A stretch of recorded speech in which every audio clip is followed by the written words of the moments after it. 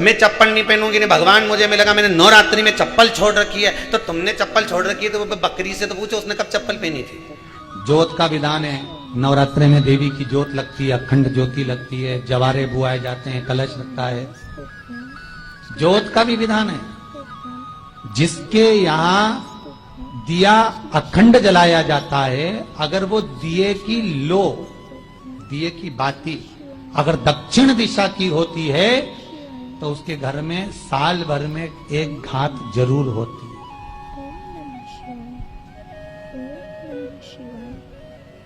जो दिया अखंड जलता है उसकी बाती का मुख दक्षिण का नहीं होना चाहिए। अगर आपने देवी भागवत का स्मरण कराओ, देवी भागवत को अगर सुना हो, तो देवी भागवत में स्पष्ट किया गया कि पूर्व की ओर मुख करा हुआ दिया, अर्थात पूर्व की ओर ज्योत जो जलाई जाती है वो संपदा की वृद्धि करती है। पश्चिम की ओर मुख कर कर जो ज्योत लगाई जाती है महाराज, वो वैभव को देती है। और उत्तर की ओर जो मुख कर कर ज्योत जलाई जाती है, उत्तर की ओर जो ज्योत का मुख रहता है वो आयु की वृद्धि करती है, घर में अकाल मौत को रोकती है।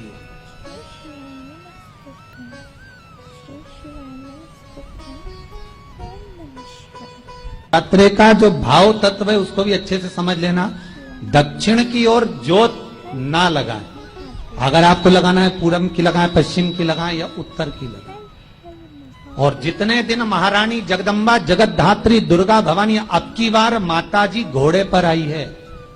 हर बार देवी बदल बदल के आती है, इस बार जो नवरात्रे आए वो घोड़े के आए। तो घोड़े पर जो देवी जी आती है वो समृद्धि को देने वाली आती है, लक्ष्मी की वृद्धि करने वाली आती है। जैसी घोड़े की रफ्तार होती है उस रफ्तार से लक्ष्मी घर में आती है। तो ये मत सोचना कि कोरोना महामारी ने हमको नीचे गिरा दिया या कोरोना महामारी ने रोक दिया, कमाई के स्रोत रोक दिए, धन रोक दिया। चिंता मत करना। मेरी मां जगत जननी दुर्गा भवानी अब की बार घोड़े पर आई है। साल भर में इतना धन दे देगी कि आपने पीछे के 4 साल में नहीं कमाया होगा, इतनी मेरी मां भंडार भर देगी। ये घोड़े पर आई है, कोई साधारण नहीं हो सकता। देवी भागवत में स्पष्ट किया गया, जब जगदम्बा मगर पर आती है उसका भाव अलग है, और जगदम्बा जब हाथी पर आती है उसका भाव अलग है, और जगदम्बा जब घोड़े पर आती है तो जगत को समृद्धिवान बना देती है, वैभव में कमी नहीं आती। अभी भले दुनिया के लोग अभी रोते हैं कि पैसा नहीं आ रहा, कोरोना महामारी ने सब तोड़ दिया, रोक दिया, पर चिंता ना करना। मेरी मां अगर घोड़े पर आई है तो उसका सुख आपको जरूर मिलेगा। एक जरासी मिट्टी की दुकान भी अगर आप खोल कर बैठेंगे तो चांदी और सोना के बराबर कमाएंगे, इतना धन देगी वो मां। साधारण नहीं है मेरी माता। तात्विक सुख का आनंद देने वाली, लाभ तत्व प्रदान करने। और नवरात्रि में भी अगर आपकी कोई कामना है, आपकी अगर इच्छा है, आपका मन है, तो जगत जननी की आराधना करो। पति और पत्नी में अगर क्लेश है तो जगदम्बा के मंदिर में मक्खन चढ़ाओ, प्रेम बढ़ जाएगा। आपको लगता है कि पति कोई अन्य स्त्री से लगा हुआ है या परिवार टूट रहा है, तलाक तक पहुंच गया है, तो माता के मंदिर में आप ध्वजा लगवाइए, उस ध्वजा पर मक्खन लगाकर लगवाइए, आपको लाभ मिलेगा। महाराज, यदि आपको लगता है कि बच्चे बहुत ज्यादा अपशब्द बोल रहे हैं, मुंह चला रहे हैं और प्रेम नहीं रख रहे, तो माता के मंदिर में लाल पुष्प, लाल चंदन और लाल चूड़ी मां को समर्पित करिए, प्रेम बढ़ेगा। बच्चा कभी आप जी से कम नहीं बोलेगा, प्रेम की भाषा निकलेगी। मां जगत जननी की आराधना, जगदम्बा की उपासना। नवरात्रे में 9 दिन में से कोई एक दिन ऐसा ले लो जिस दिन कन्याओं का भोजन कराओ, साथ में उनको लाल चुनरी ओढ़ाओ या कोई लाल वस्त्र, लाल पूजन की सामग्री उनको दो, सुख मिलेगा, आनंद है। और कितनी महत्वता कलश की महाराज।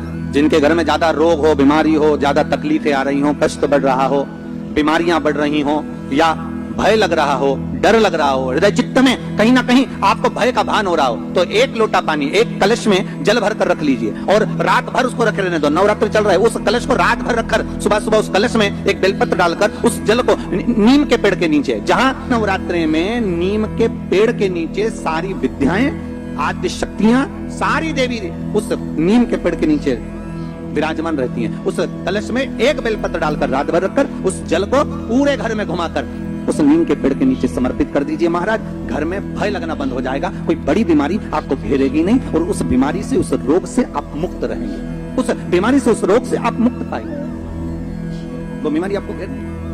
कलश का 9 दिन में से कोई एक दिन ऐसा ले लो जिस दिन कन्याओं का भोजन कराओ, साथ में उनको लाल चुनरी ओढ़ाओ या कोई लाल वस्त्र, लाल पूजन की सामग्री उनको।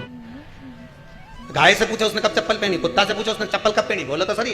तो नवरात्र में जो बिना चप्पल के रह के नहीं रहे तो उसे जगदम्बा मिली, अरे बोलो जम के, मिली नहीं मिली, तो चप्पल से कोई फर्क पड़े, चलो ठीक है।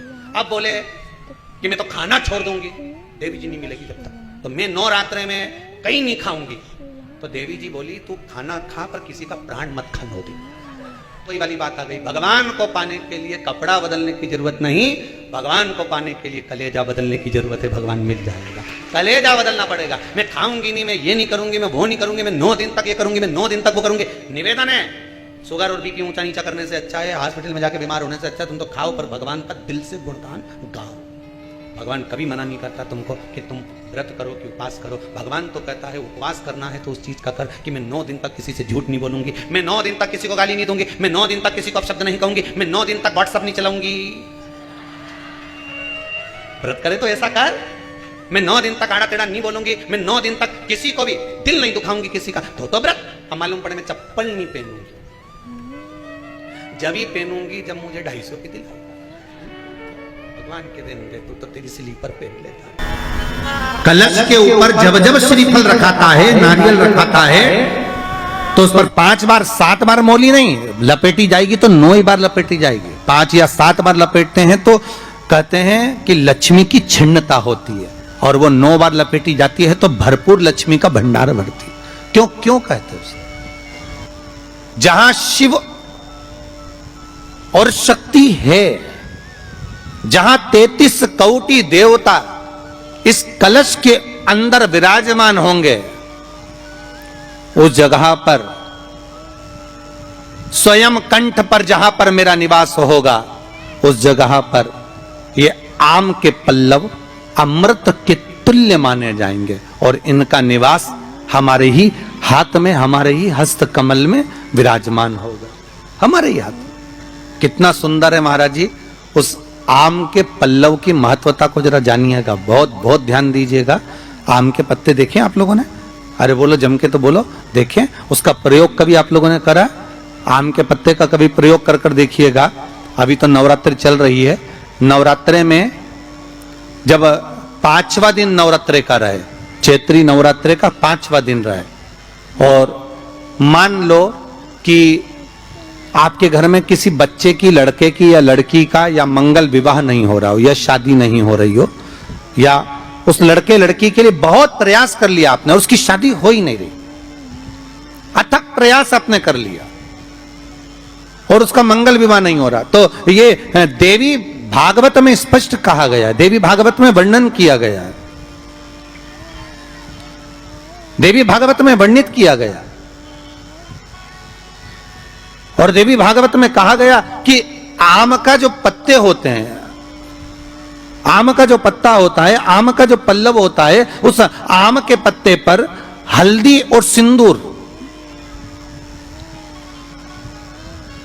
इन दोनों से स्वस्तिक का निर्माण किया जाए। देवी भागवत का संवाद है, बहुत ध्यान देना महाराज। जिन कन्याओं का विवाह ना हो पंचमी के दिन, नवरात्रे की कोई सी भी पंचमी, मतलब जो पंचमी तिथि पड़ेगी, कोई भी नवरात्र हो, चाहे वो 4 नवरात्र में से, चाहे वो पौष का हो, अश्विन का हो, चैत्र का हो, आषाढ़ का हो, किसी भी नवरात्रि में आप कर सकते हैं। एक पान के पत्ते पर, एक ही पत्ते पर जो 2 स्वस्तिक बनेंगे, एक हल्दी का बनेगा, एक सिंदूर का बनेगा।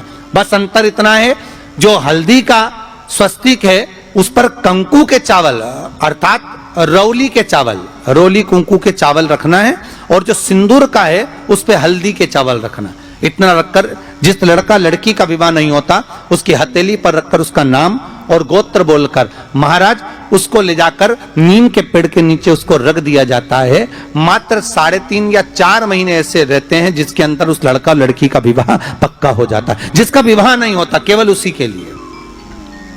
शिव महापुराण की कथा कहती है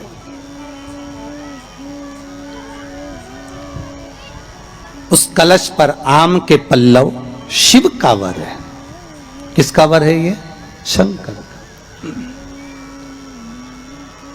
11 आम के जो पत्ते जिस डाली में लगे होते हैं वो डाली कोमल सी डाली, 11 टुकड़े महाराज एक कच्चे सूत से लपेटकर 11 बार उसका भाग जब उसको लपेट लोगे इस तरह से इकट्ठा करके आगे का जो भाग है 11 बार कच्चा सूत लपेटने के बाद जो भाग पीछे का आगे का कोई भी हो उसको शहद में डुबाकर शिव जी को समर्पित कर दो। किस जगह पर रखना है?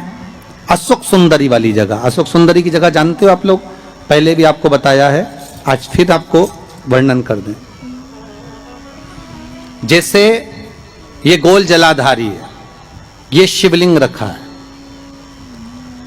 ये 2 जहां से पानी बह रहा है बाबा के चरणारविंद, राइट में श्री गणेश जी का स्थान, लेफ्ट में कार्तिकेय का स्थान, बीच में अशोक सुंदरी की जगह। शंकर भगवान की 6 लड़कियां हैं। भगवान शंकर के 13 बच्चे, 13 बच्चों में से 6 लड़कियां, उस 6 लड़कियों में से एक लड़की का स्थान, भगवान शंकर की एक बेटी का स्थान, अशोक सुंदरी का स्थान सामने। पद्म पुराण में स्पष्ट किया ये स्थान अशोक सुंदरी का। शंकर भगवान की जलाधारी में पार्वती जी का हस्त कमल, ऊपर से जो एक एक बूंद पानी गिरता है, ये शंकर भगवान की 5 लड़कियों का स्थान है। जया, विषहरा, शामरी बारी, दौतली और देव। शंकर भगवान की 5 लड़कियां भगवान शंकर के मस्तक पे जल की धार गिरा रही हैं। बीच में जो अशोक सुंदरी का स्थान है महाराज, उस जगह पर शहद का मुख, जो शहद आपने भिंगोया है, उस शहद का मुख शंकर जी की ओर कर कर इसी चैत्र के महीने में, इन्हीं नवरात्रि में शंकर भगवान के उस अशोक सुंदरी की जगह पर शहद का भाग शिव जी की ओर रख दें। महाराज अगर घर में संपदा की कमी हो या कोई पैसा खा गया हो, रुपया नहीं दे रहा हो, पैसा अटक गया हो, तो उस शहद को शिव जी की ओर मुख कर कर उस आम के पल्लव की जो डंडी है उसको 11 डंडी को वहां रख दीजिए और उससे अपनी कामना कर कर आ जाइए। हो सके उस शहद में से थोड़ा सा शहद किसी रुमाल पर, किसी कपड़े में लगाकर उसको रख लीजिए। जिस व्यक्ति से पैसे लेना है, जिस व्यक्ति से पैसे मांग रहे हो, उससे एक बार जाकर मिल लीजिए, एक बार उसको खबर कर दीजिए। बाबा चाहेगा भोलेनाथ तो नवरात्रि में ही पैसा वापिस आ जाएगा, अगर शिव कृपा कर दे। ये बाबा की करुणा। आम का पल्लव कोई साधारण नहीं जिसको कलश के ऊपर रखा जाता है, शिव की कृपा। जिस आम के पेड़ पर स्वयं कामदेव चढ़कर भगवान शंकर के तीसरे नेत्र द्वारा जलकर भस्म हो जाते हैं, वो आम का पेड़ साधारण नहीं। जो रखाया गया फल है वो कार्तिकेय का प्रतिबिंब है। अगर प्रथम में गणेश पूजाएगा तो ये कार्तिकेय पूजाएगा। इसलिए श्रीफल महाराज, श्रीफल कार्तिकेय का प्रतिबिंब है। सारी 33 कोटि देवताओं की सेना का सेनापति कार्तिकेय सारे ग्रहों को शांत करने के लिए, कार्य को सिद्ध करने के लिए, कार्य की सफलता के लिए, व्यक्ति की मनोकामना पूर्ण करने के लिए कलश के ऊपर क्या रखा जाता है? जम के बोलिए, नारियल, श्रीफल रखा जाता है, जो कार्य की सफलता प्रदान। सबसे पहली नवरात्रि का व्रत किसने किया था? उत्तर दीजिए। सबसे पहला नवरात्रि का व्रत, नवरात्रि की उपासना सबसे पहले किसने करी थी? भगवान राम। अश्विन के नवरात्रि में भगवान राम ने 9 दिन तक कलश की स्थापना कर कर लंकाधिपति रावण को मारने के लिए मां जगत जननी की आराधना करी। भगवान राम ने मां जगत जननी की आराधना, मां जगदम्बा की आराधना। और कहते हैं मेरे राम ने प्रतिदिन मां आद्यशक्ति को निमंत्रण दिया और मां जगत जननी से विनती निवेदन कर कर कहा कि आपको प्रतिदिन आना पड़ेगा। इसलिए देवी भागवत में लिखा है कि नवरात्रि में एक दिन, जैसे प्रतिपदा है, पहला दिन है तो एक कन्या का पूजन करो, द्वितीया है तो 2 कन्या का पूजन करो, तृतीया है तो 3 कन्या का पूजन करो, चतुर्थी है तो 4 कन्या का पूजन करो, पंचमी है 5 कन्या का पूजन करो, छठ है 6 कन्या का पूजन करो, सप्तमी है 7 कन्या का पूजन करो, अष्टमी है 8 कन्या का पूजन करो, नवमी है, जम के बोलो, 9 कन्याओं का पूजन करो। और अगर इस तरह से आप पूजन नहीं कर सकते नवरात्रि में तो 9 कन्याओं का पूजन एक साथ या तो अष्टमी के दिन या नवमी के दिन कर दो, या मध्य में बीच में भी आप कर सकते हो एक साथ। पर अगर आपकी कोई कामना है, आपकी कोई इच्छा है, मालूम पड़े, जैसे कई लोग कहते हैं कि हमारी इच्छा है, हमारी वो मकान नहीं बिक रहा, या हमारी वो जमीन नहीं खरीदी जा रही, या हमारी कोई कंपनी नहीं डल रही, या हमारे काम में ये अड़चन आ रही है, तो नवरात्रि में 4 नवरात्रि में से किसी भी नवरात्रि में आप नियम बना लो कि एक कलश की स्थापना कर कर एक दिन में एक कन्या का पूजन कर कर उसको भोजन कराना, लाल वस्त्र देना, लाल चुनरी देना, दूसरे दिन में 2 कन्याओं का पूजन कर कर लाल वस्त्र ओढ़ाना, लाल चुनरी देना, तीसरे दिन में 3, चौथे दिन में 4, 5वें दिन में 5, ऐसे 7-9 दिन तक एक एक कन्याओं के क्रम को बढ़ाते बढ़ाते बढ़ाते बढ़ाते आप उस पूजन का विधान प्रबल कर सकते हैं। क्या मैं नवरात्रि में अगर मान लो कोई साधना करना हो तो कौन सी साधना करना चाहिए? हम किसकी आराधना करें? हम 9 दिन तक किसकी साधना करें? तो अगर बन सके तो देवी भागवत में सबसे सुंदर साधना यही है कि हम एक दिन में एक कन्या के चरण धोकर पूजन कर कर उस कन्या को भोजन कराकर उसका स्मरण करें। हाँ, ये जरूर है, अभी कोरोना महामारी चल रही है तो इस नवरात्रि में भले ना करें, पर आगे की नवरात्रि में जब नवरात्रि अच्छे रहे, कोरोना से मुक्त रहे, तब आप किसी कन्या को एक दिन में 1, 2 दिन में 2, 3 दिन में 3, 4 दिन में 4, 5 दिन में 5, ऐसे नवरात्रि 4 बार जो नवरात्रि आती, किसी भी नवरात्रि में आप स्मरण कर उसका फल मिलता। बेलपत्री का किया गया दान छिन्न नहीं माना गया। किस चीज का दान? जम के बोलिए जरा। बेलपत्री। बेलपत्री का किया गया दान छिन्न दान नहीं है, समाप्ति नहीं होती। बेलपत्री अगर आपने कोई आपसे कहा जी जी तुम्हारे यहाँ बेलपत्री लगी है, जरा 8-10 दे दोगी क्या? बिल्कुल। और उससे कहो बेलपत्र तू मत तोड़, हम तोड़ कर देते, और अपने हाथ से बेलपत्र निकाल कर उसको दो दान। ये छिन्न दान नहीं है, ये समाप्त नहीं होता। ये बेलपत्र का दान अविरल दान बढ़ता है।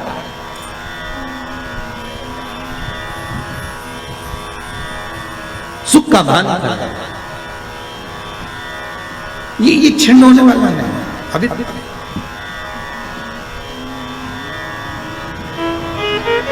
हम जजमानों को भी कई बार कहते हैं कि आप लोग तो बड़े धनभागी हो, शिव महापुराण की कथा जैसे अभी इस परिवार में हो रही है, हम तो इनसे भी कहेंगे कि आपके पूर्वजों का कोई पुण्य होगा। साफ सारी पुराणे, सारे शास्त्र 7 पीढ़ी को तार देते हैं। शिव महापुराण के लिए स्कंद पुराण में कहा ये 71 पीढ़ी को तार देती है। 71 पीढ़ी तर जाती है मात्र एक बार शिव शंकर की कथा का स्मरण करने पर, शिव महापुराण को श्रवण करने पर। 71 पीढ़ी को फिर निवेदन करूंगा, ये तुमरू का नाम कोई साधारण नहीं। फिर कहूंगा, जिस नारी का गर्भ ना ठेरता हो, सफेद आंकड़े की जड़ लाकर शंकर भगवान पर से 21 बार घुमाकर रजस्वला धर्म के 7वें दिन उस जड़ को शिव मंदिर में लाल धागे में बांध लो कमर में, और महाराज बाबा भोलेनाथ जी से विनय करो, बाबा चाहेगा तो 3-4 महीने में गर्भ ठेर ही जाएगा। शिव की कृपा से तुमरुका जी का नाम लेकर सफेद आंकड़े की जड़ को जो बांध लेता है उसका गर्भ ठेर। भगवान शिव।